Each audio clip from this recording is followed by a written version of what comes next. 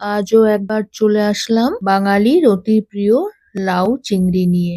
তো চলুন দেখা যাক। প্রথমে লাউটাকে কেটে লবণ মাখিয়ে রেখে দিয়েছি।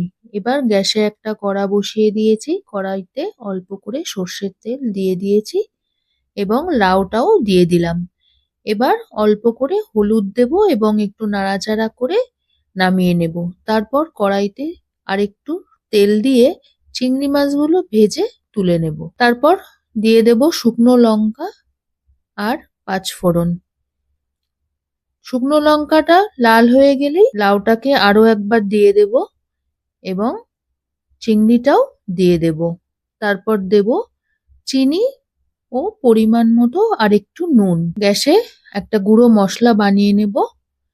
একটা ফ্রাই প্যানে গোটা জিরে ভেজে নিয়েছি এবং মিক্সিতে একটু ঘুরিয়ে নিয়েছি।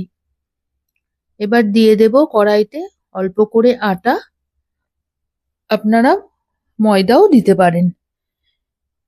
আটাটা দিয়ে ভালো করে নাড়াচাড়া করে উপর থেকে গোটা জিরে যেটা গুঁড়ো করে রেখেছিলাম সেটা ছিটিয়ে দেব। তাহলেই তৈরি হয়ে গেল আজকের আমার লাউ চিংড়ি। Thank you.